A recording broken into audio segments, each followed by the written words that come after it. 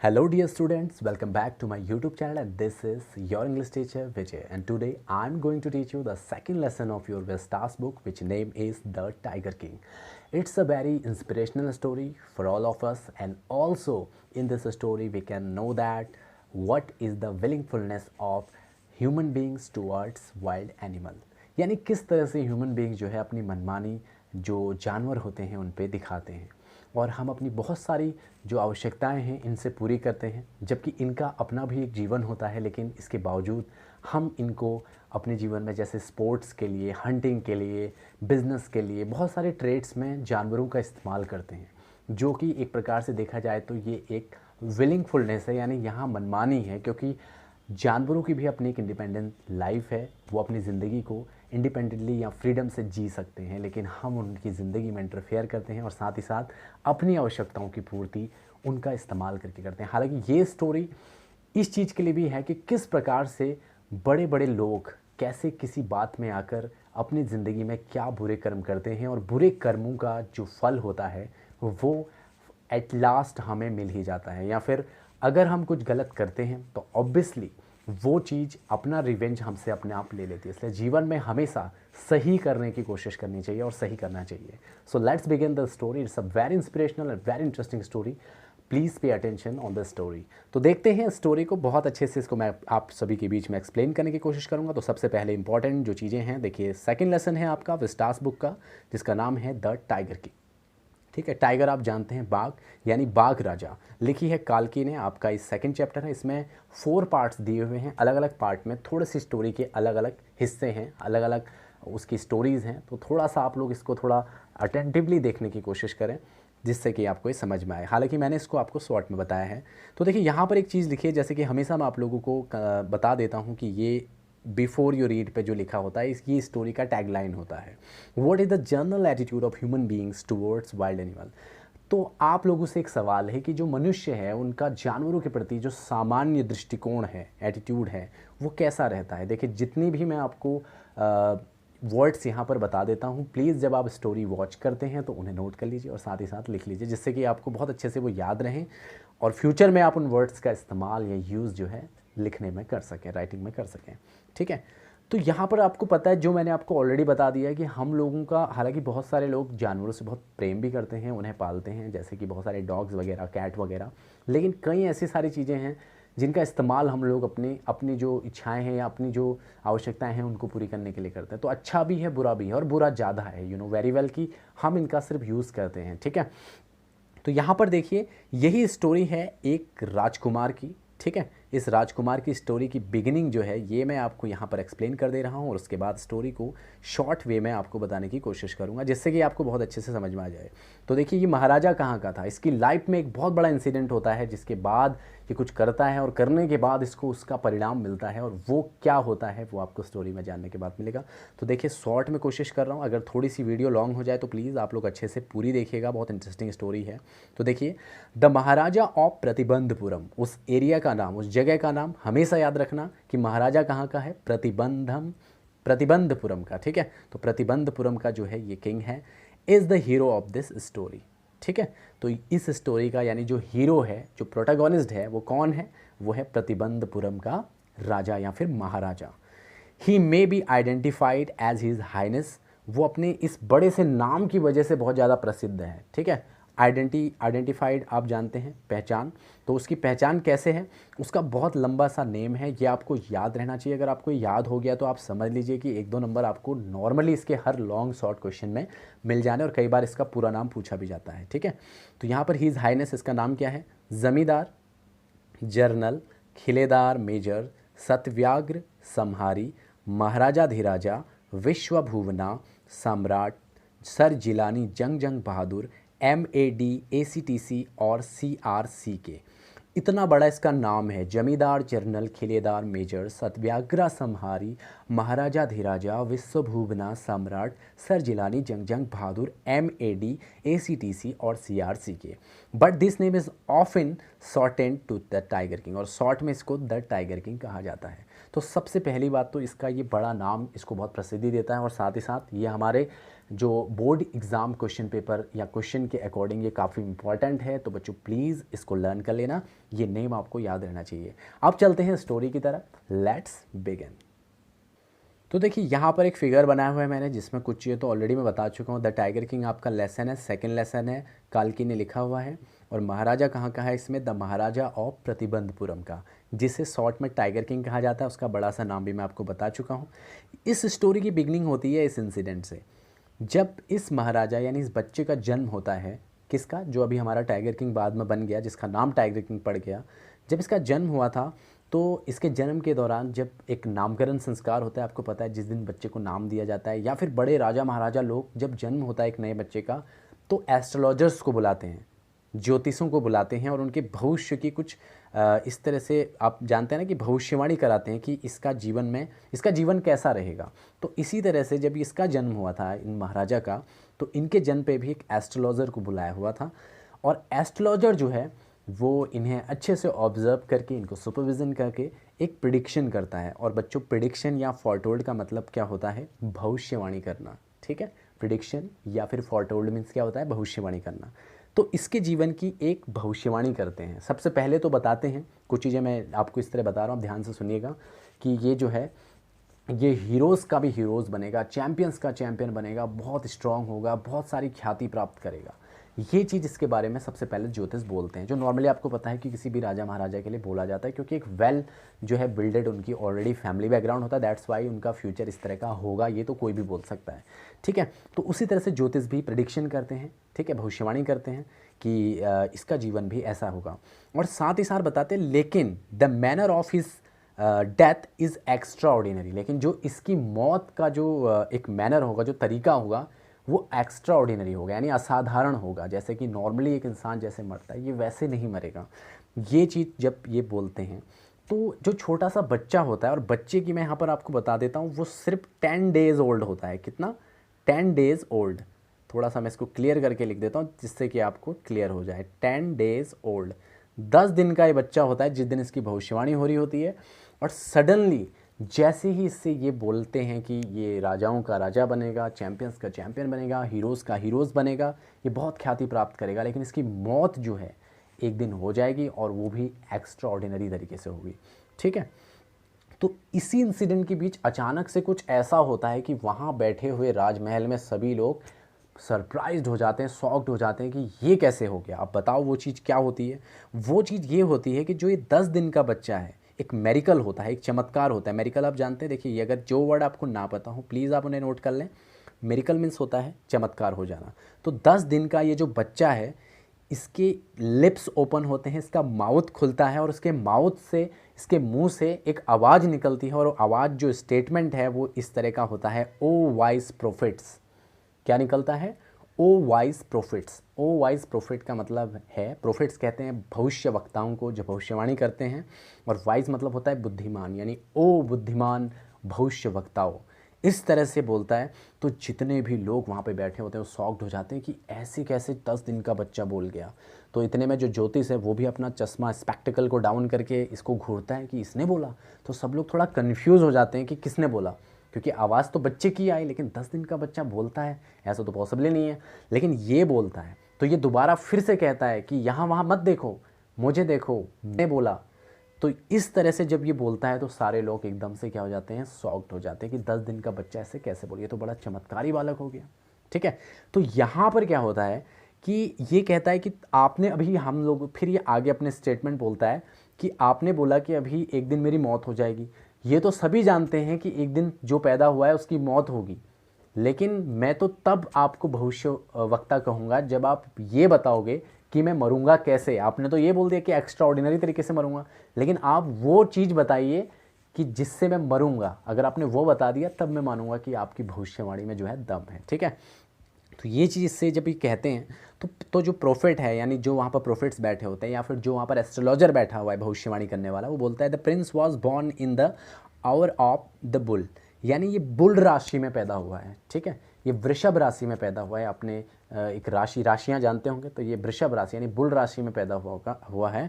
और जो बुल हैं वो टाइगर के दुश्मन होते हैं।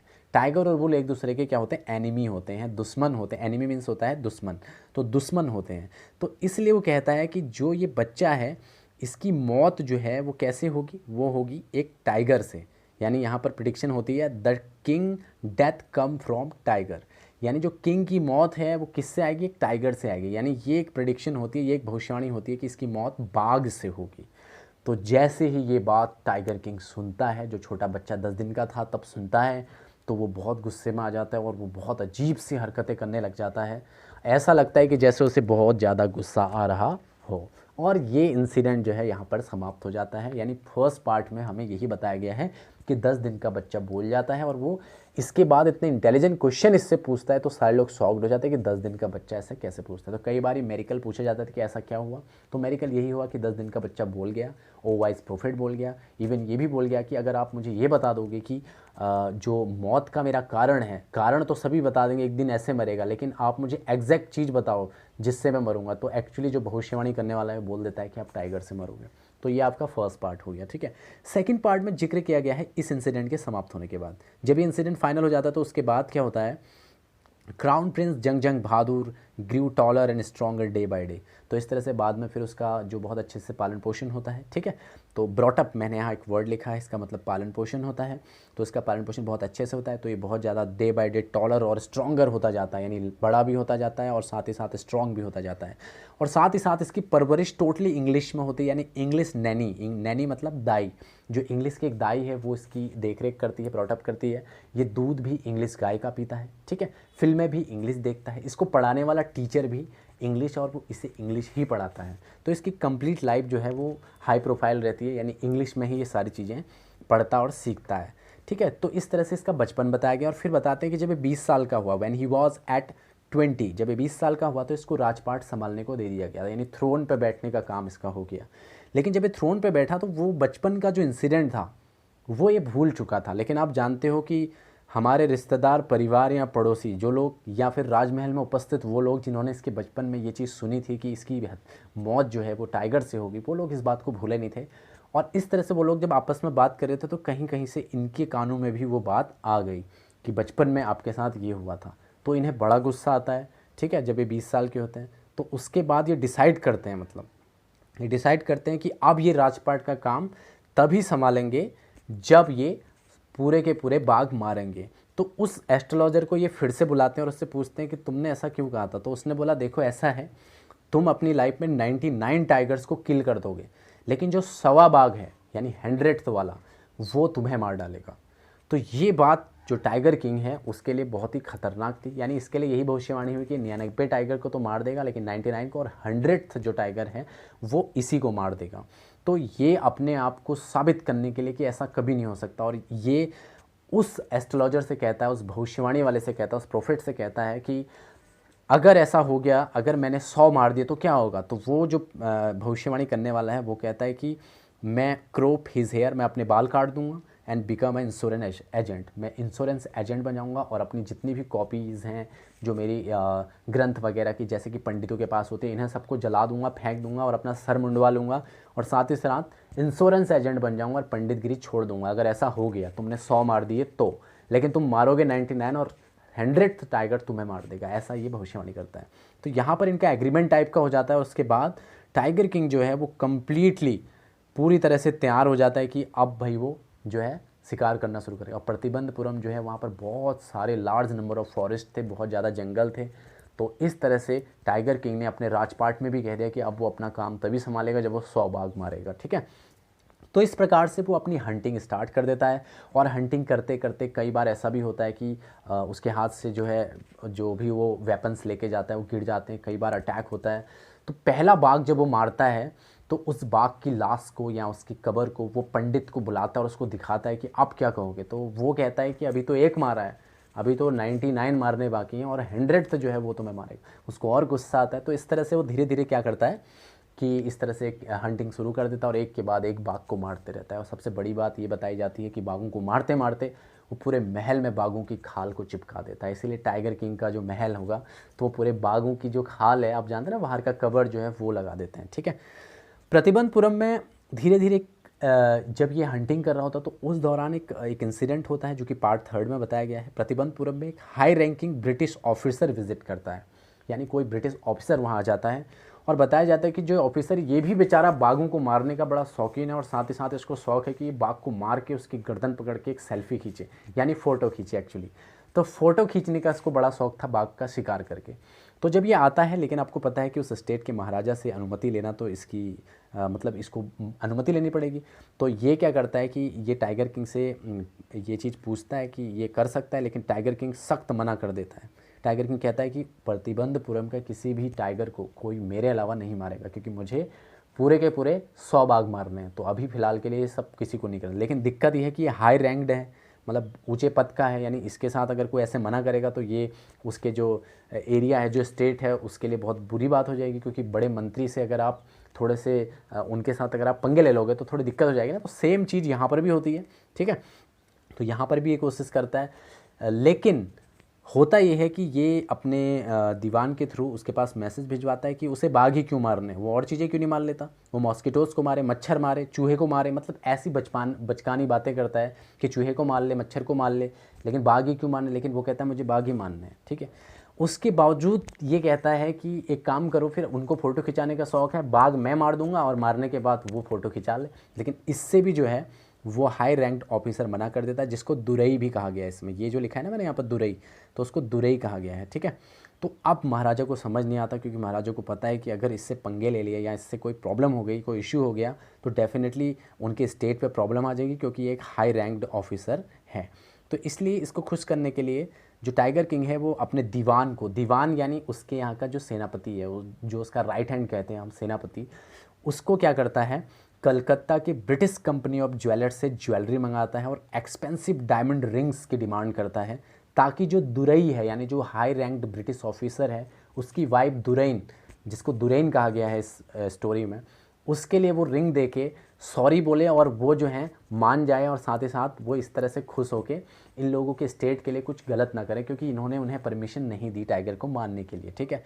तो इसलिए क्या करता है, ये वहाँ से 50 रिंग्स के मॉडल मंगाता है, ठीक है।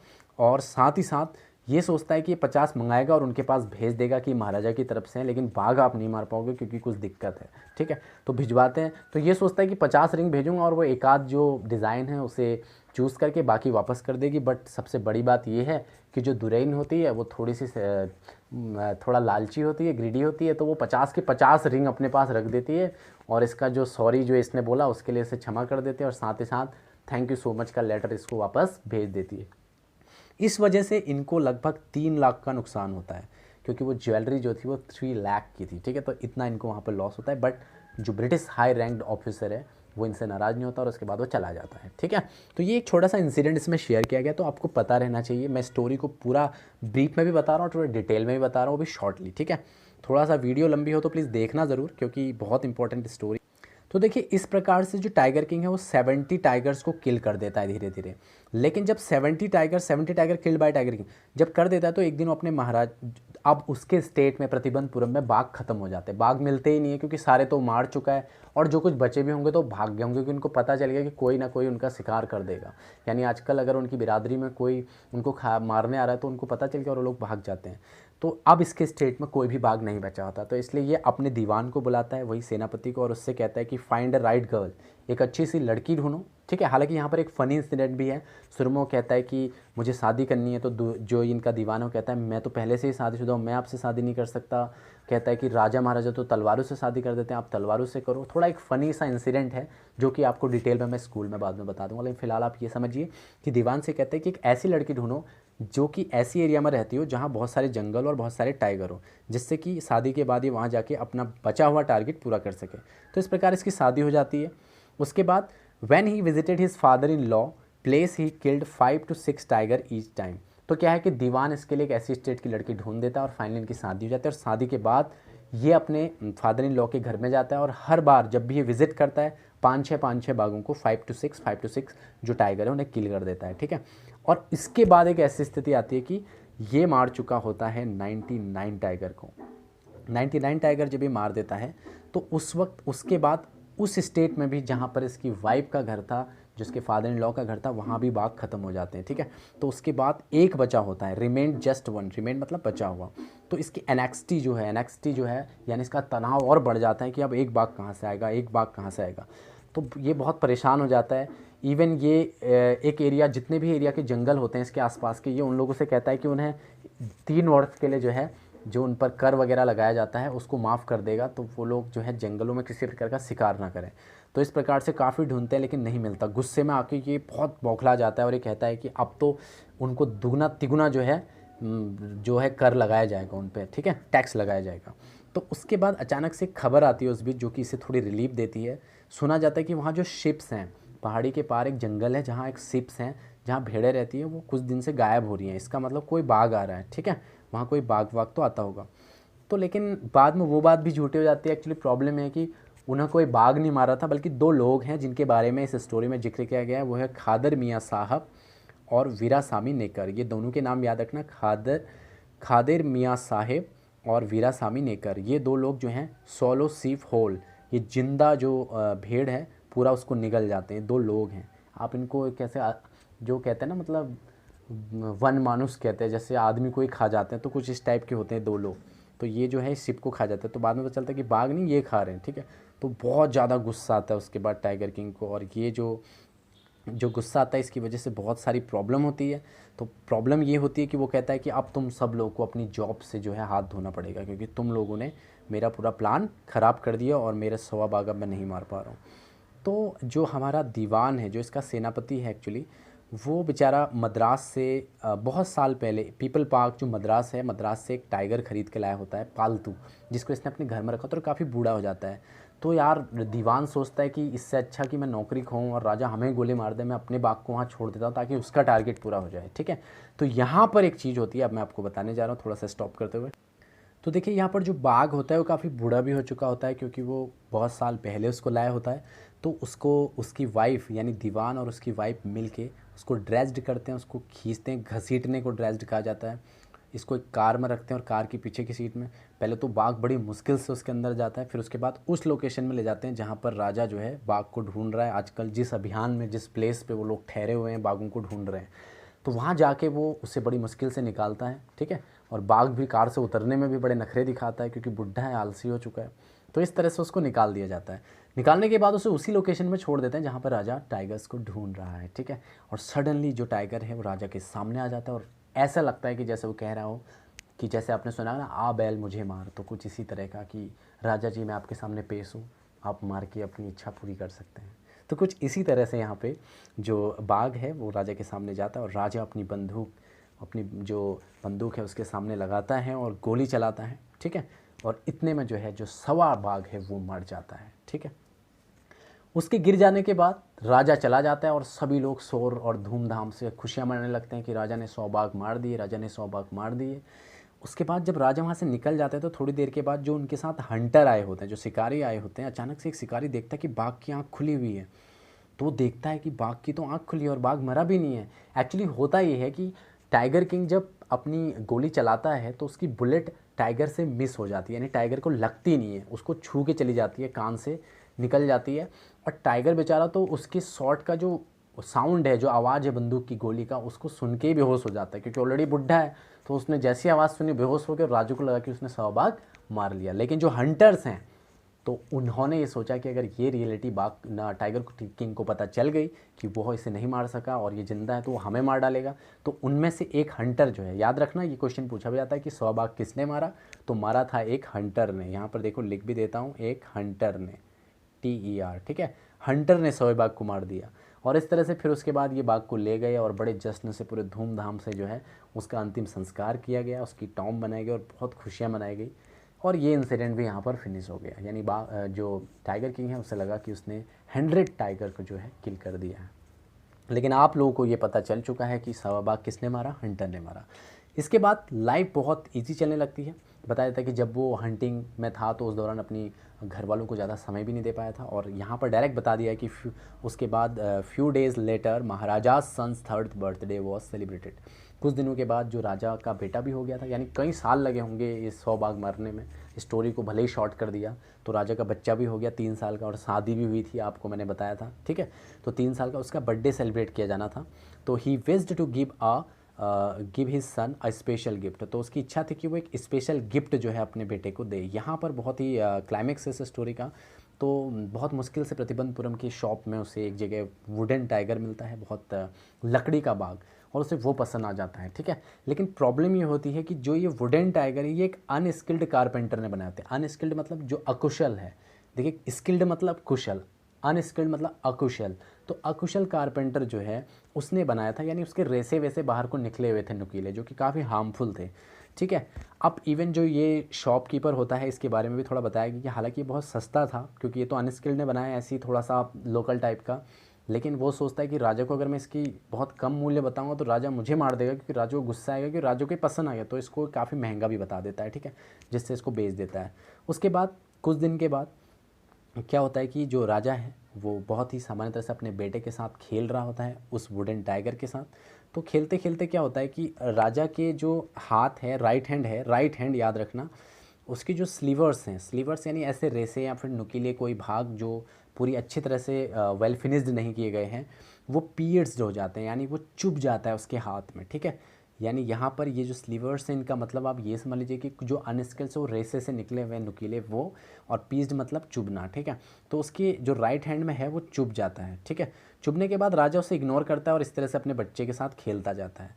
तो कुछ दिनों के बाद धीरे धीरे क्या होता है कि राजा के हाथ में इन्फेक्शन बढ़ने लगता है, और धीरे धीरे उसके हाथ में इन्फेक्शन बढ़ता है, धीरे धीरे उसकी पूरी आर्म्स, पूरी हाथ जो है, पूरी भुजाएं, सब कुछ कवर करता है। तो धीरे धीरे उसमें पस बनने लगता है और वो बहुत पकने लग जाता है, और बड़ी बुरी दशा हो जाती है राजा की, ठीक है। धीरे धीरे इन्फेक्शन बढ़ता जाता है। तो इस प्रकार से तो ये क्या करते हैं कि 3 famous surgeon come from Madras, 3 जो हैं काफ़ी फेमस सर्जन जो है मद्रास से बुलाए जाते हैं राजा का ट्रीटमेंट करने के लिए।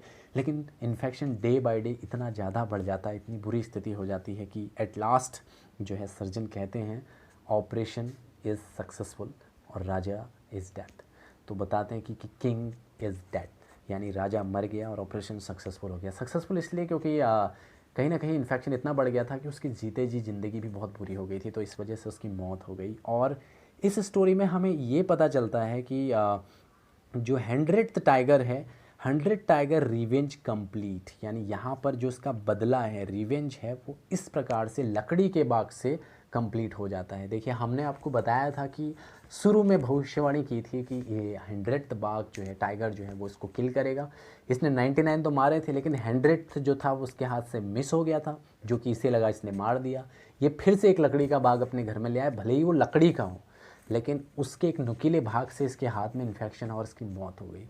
तो इस प्रकार से देखिए कई बार ज़िंदगी में हम कुछ चीज़ों को प्रूव करने के लिए अपनी ज़िंदगी में ऐसे कदम उठाते हैं जो अंत में हमारी बुरी दशा कर देते हैं। और साथ ही साथ इस स्टोरी से ये भी इंस्पिरेशन मिलती है कि कभी कभी कुछ लोगों की बात मान जाने से हमारी ज़िंदगी में कोई परेशानी नहीं आएगी। आप सोचिए अगर इसको ये बोल दिया था कि 99 टाइगर की बात, तो ये अगर नहीं मारता तो शायद कभी मरता नहीं, लेकिन इसने अपनी मौत का रास्ता खुद प्रशस्त किया। तो देखिए यहाँ पर एक और चीज़ जानने की ज़्यादा ज़रूरत है हमें कि ह्यूमन बींग्स अक्सर अपने प्रॉफिट के लिए या अपने आप को साबित करने के लिए, अपनी ताकत साबित करने के लिए इन मासूम इनोसेंट से एनिमल्स के साथ ऐसा बिहेव करते हैं। ये बहुत गलत बात है, हमें हमेशा एनिमल्स से प्रेम करना चाहिए। Thank you so much my dear students, इस स्टोरी को अच्छे से देख लीजिएगा, उम्मीद है आपको समझ में आ जाएगा, और साथ ही साथ इसके क्वेश्चन आंसर बहुत जल्दी आपको मिल जाएंगे। Thank you so much for watching this video.